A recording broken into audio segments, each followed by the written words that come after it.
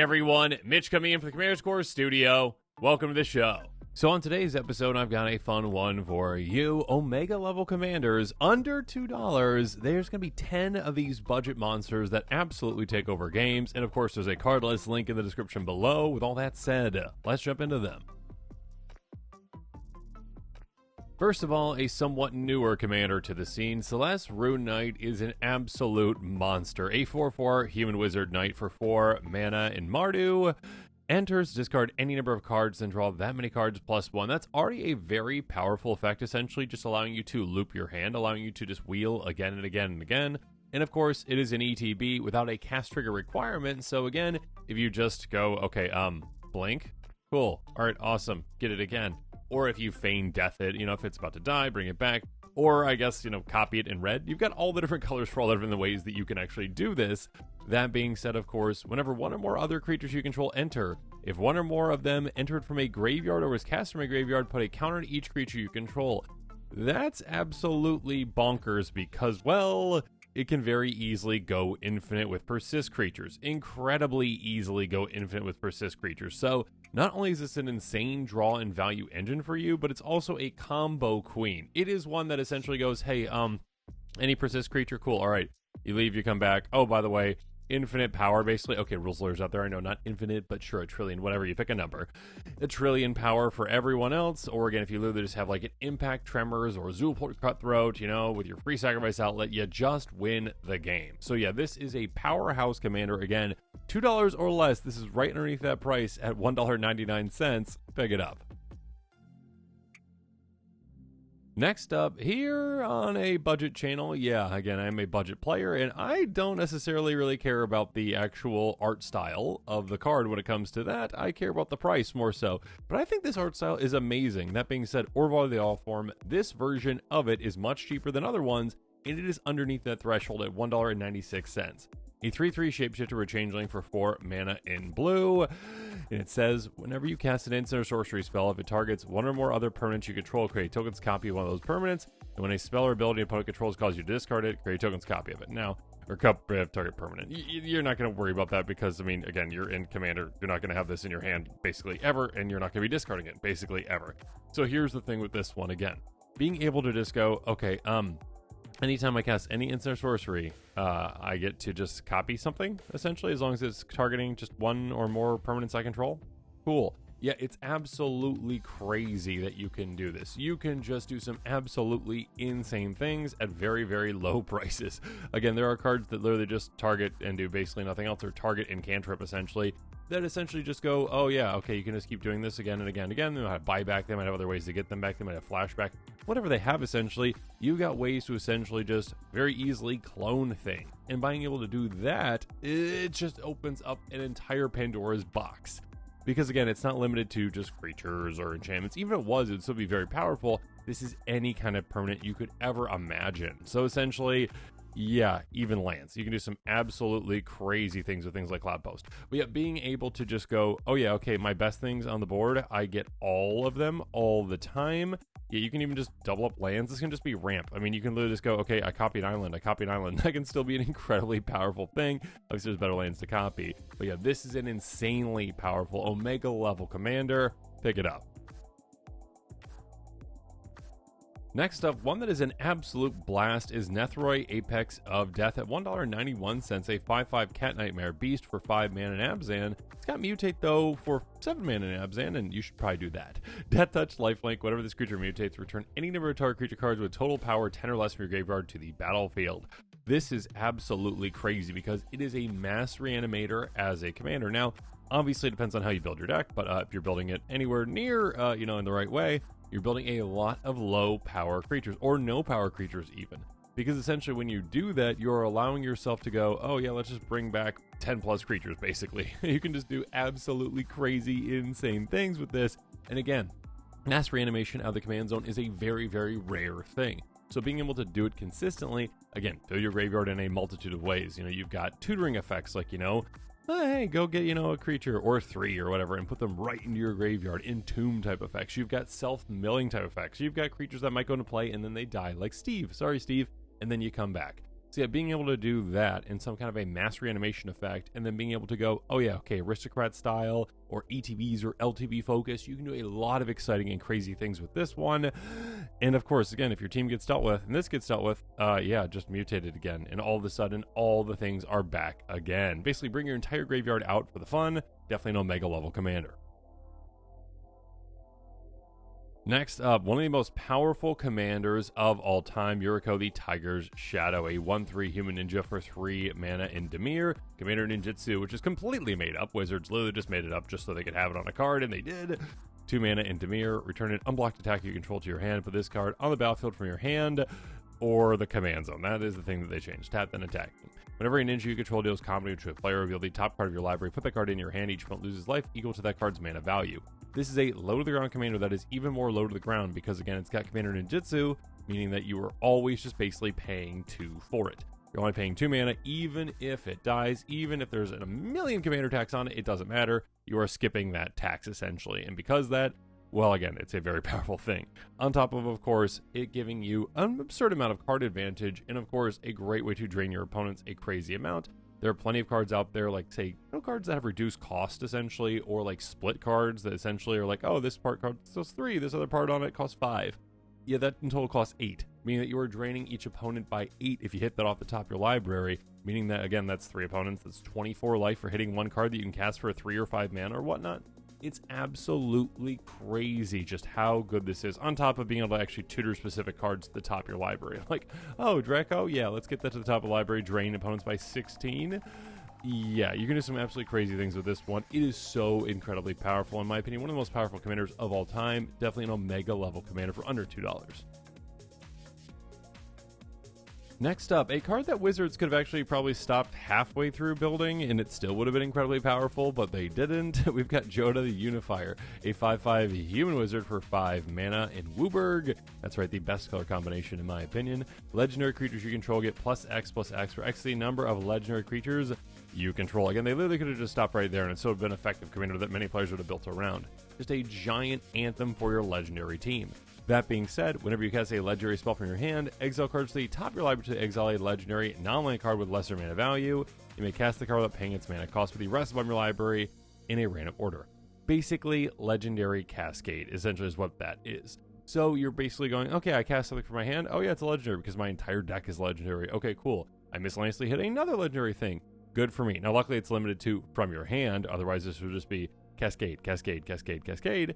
That being said, of course, there's plenty of ways to use and abuse this. There's plenty of ways to just flood your board with legendary creatures, more and more powerful ones, essentially, and all of them pump each other. This is a crazy powerful commander, and again, with Wizards' focus on commander, with their focus on legendary creatures, this just keeps getting more and more and more support over the years. So yeah, this one is here to stay. This one's just going to keep getting more powerful. Definitely an Omega level commander.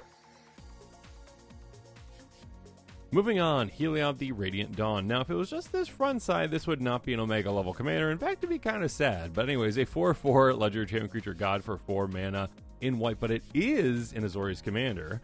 Enters the battlefield, return target enchantment card that isn't a god from your grave to your hand. Again, if it was literally just that, I'd be like, okay, so this is a 4 mana 4/4 that brings me back 1 enchantment. Cool. Yeah, but no. By paying 3 into Phyrexian Blue, transform Heliod, activate on the sorcery. So in 7 mana in total and 2 life, you get to flip it over to an insanely bonkers commander. Heliod the Warped Eclipse, a 4/6 Phyrexian god that says you may cast spells as though they had flash, and spells you cast cost 1 less to cast for each card your opponents have drawn this turn. So this one essentially is a great way to go, hey, you know what? Yeah, I win the game in 1 turn. It's just absolutely crazy. Once you flip it over to this side, just all the rules of the game are out the window when it comes to when you can cast things and how much things cost, really, which are 2 of the main rules of the game, essentially. This is basically Vidalcan Orrery, again, out of the command zone after you flip it, and then all of a sudden it says, hey, you know what? You get mass cost reduction.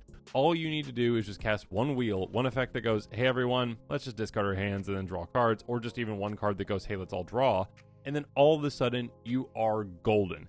Every single one of your cards costs, I don't know, like 20 less, I mean, basically, essentially. And then if you cast another one, then 40 less, whatever it's going to be. You've got insane ways to just go, you know what, we're just churning through our deck. We are getting the exact cards that we need. And then all of a sudden, yeah, you cast some massive X spells and you win the game. You could do some absolutely crazy, bonkers, insane things with this one. And yeah, it is a card that is most definitely, on this side at least, an Omega level commander. Let's drop the price down quite a bit though. Under $2, absolutely. Nearly $1 with Magda, Brazen Outlaw. $1.22. A 2/1 Dwarf Berserker for 2 mana in red. Other dwarves you control get +1/+0. Whenever a dwarf you control becomes tapped, create a treasure token. Sacrifice 5 treasures to rely for an artifact or dragon card. Put on the battlefield, then shuffle your library. Here's the thing about this one. This is one where when it started off, Magda was, in my opinion, probably just okay. I mean, like, it's the exact same card, right? They didn't like errata anything. They didn't change anything on it. It just literally, the only problem was, yeah, there's only so many ways to make treasures back in the day. Now we've got an insane amount of ways to make treasures. We got so many ways to make treasures. And all of a sudden now, because of that, this is an insanely powerful Omega level commander because of the support around it. The cards that you actually go tutor for are probably the same in some ways, that there are just certain artifact combinations like, oh yeah, you get infinite mana or whatever, or you just win with that combination. You literally just need to go like basically get 10 treasures with this commander, and all of a sudden you're like, oh, okay, sacrifice both pairs of 5, and I'm at 2 tutors basically. Go tutor for this artifact, go tutor for that artifact. I win the game. Okay, cool. I mean, like Basalt Monolith, kind of like, infinite mana combos, absolutely, or just other ways that go like, hey, I lock the game out, or like I just win the game. There are lots of ways to do it, and again, this commander that just keeps getting more powerful the more treasures we get, so yeah, Magda, most definitely Omega level. Next up, one that hit the ground running as soon as it was revealed, Teysa Karlov, a 2/4 human advisor for 4 mana in Orzhov. A creature dying causes a trigger ability of a permanent you control to trigger. That ability triggers additional time, and creature tokens you control have vigilance and lifelink. This is a commander that says, hey, you know what? I'm just going to open up the floodgates of all these other commanders basically copying me and being like, hey, let's just double up a trigger. But that's okay. This is one that essentially said, you know what? We're going to go aristocrats heavy and just really, really take over the game. I mean, this was one of the most popular commanders of all time at one point because players were just so excited about this concept. This is one where you even just forget, because of how powerful it is, that it has that last part about creature tokens you control having vigilance and lifelink. That kind of part doesn't really matter all that much. It is effective, it is impactful. Some players actually build entirely around that. That being said, that first part, that Death Harmonicon, doubling up the death trigger, is crazy good. Yeah, when it comes to aristocrat, this is an easy way to go. Okay, like, hey, oh yeah, you've got a death trigger that makes tokens when you die. Cool, I get twice as many tokens. I drain opponents when you die. Okay, cool. I get twice as much as that. You get all those aristocrat style benefits, but doubled. Such a powerful effect, again, for an already powerful archetype. Definitely Omega level. Next up, Baylen the Haymaker, a very apt name for this card. A 4/3 Rabbit Warrior for 3 mana and Naya, $1.17. Tap 2 and tap tokens you control at 1 mana of any color, already powerful. Tap 3 and tap tokens you control, draw a card, already incredibly powerful. And tap 4 and tap tokens, get 3 counters on it. It gains trample. Okay, sure, that's nice, and that's actually a good finisher potentially for you, but the things that matter again are mana and card draw. Those are two of the most powerful things in Magic, I'd say, outside of like extra turns. Like, yeah, the things you focus on typically when it comes to just power levels of things, it's like, okay, does it give me mana? That's a resource I want. Does it give me card draw? That's a resource I want. The only other resource is time, and yeah, this is not giving you that. But if it did give you extra turns, if you just like tap some tokens, I think this would be banned. This one, though, is crazy good because, again, it doesn't restrict you to a type of token, too. Again, it can be any kind of token. You could tap, say, like 1/1 servo, and then also tap, like, 1 food token, and all of a sudden, you get a mana. It doesn't matter what combination you do, you are getting free mana, free card draw. And of course, again, if you are using, say, creature tokens, there's plenty of easy ways for you to just untap your army with cards like Vitalize, essentially. So you're like, okay, cool. Tap all my army. Cool. I make 10 mana or whatever. Cool. All right, cast a Vitalize, untap them, do it again. You can make an insane amount of tokens with this combination as well. You can make an insane amount of mana. You can draw an insane amount of cards. Once you get to a certain point, you're probably just looping things. Literally, you are just going, okay, untap my army, make a bunch of mana, draw some cards. Cool. Make a bigger army. All right, cool. Yeah, untap, do it again. It's absolutely crazy good for, again, a commander that just is so low to the ground and so effective. Baylen the Haymaker, definitely a Haymaker Omega level commander. And finally, Xyris the Writhing Storm, a commander that makes you question, hey, are those snakes just falling from the sky to the ground? Yes, they are. A 3/5 Snake Leviathan with flying for 5 mana in Deemer. Whenever an opponent draws a card except for the first one they draw on each of their draw steps, create a 1/1 green snake creature token. So again, literally this is a flying snake that makes snakes that don't fly. So literally those snakes in the background are just going, ah, but they're surviving apparently when they hit the ground. Anyways, whenever Xyris throwing sword deals common damage to player, you and that player each draw that many cards. That is nice. That's impactful. That can actually be game ending at a certain point.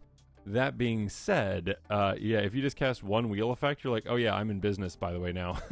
Again, kind of like a commander we talked about earlier when it comes to wheels. Wheels are absolutely crazy powerful. You have a lot in this color combination, and if you just even can cast one, again, draw except the first one they draw. So again, if everyone's drawing essentially up to 7, and you're like, okay, cool, yeah, let's subtract 3. Instead of being 21, 18 snakes. I just made 18 snakes for casting like a windfall, basically, for 3 mana. Absolutely crazy good. And of course, one wheel begets another wheel, begets another wheel. You just keep going from wheel to wheel to wheel. You got a certain amount of snakes, and of course, you've got some great anthems as well that you can utilize in this color combination too. You got ways to double up tokens as well. Yeah, you're gonna have a good time. This is a crazy powerful Omega level commander for just $1.15. Pick it up. And with that, this episode is coming to a close. Make sure you comment below with your thoughts on it. And of course, as always, thanks again and have a good one.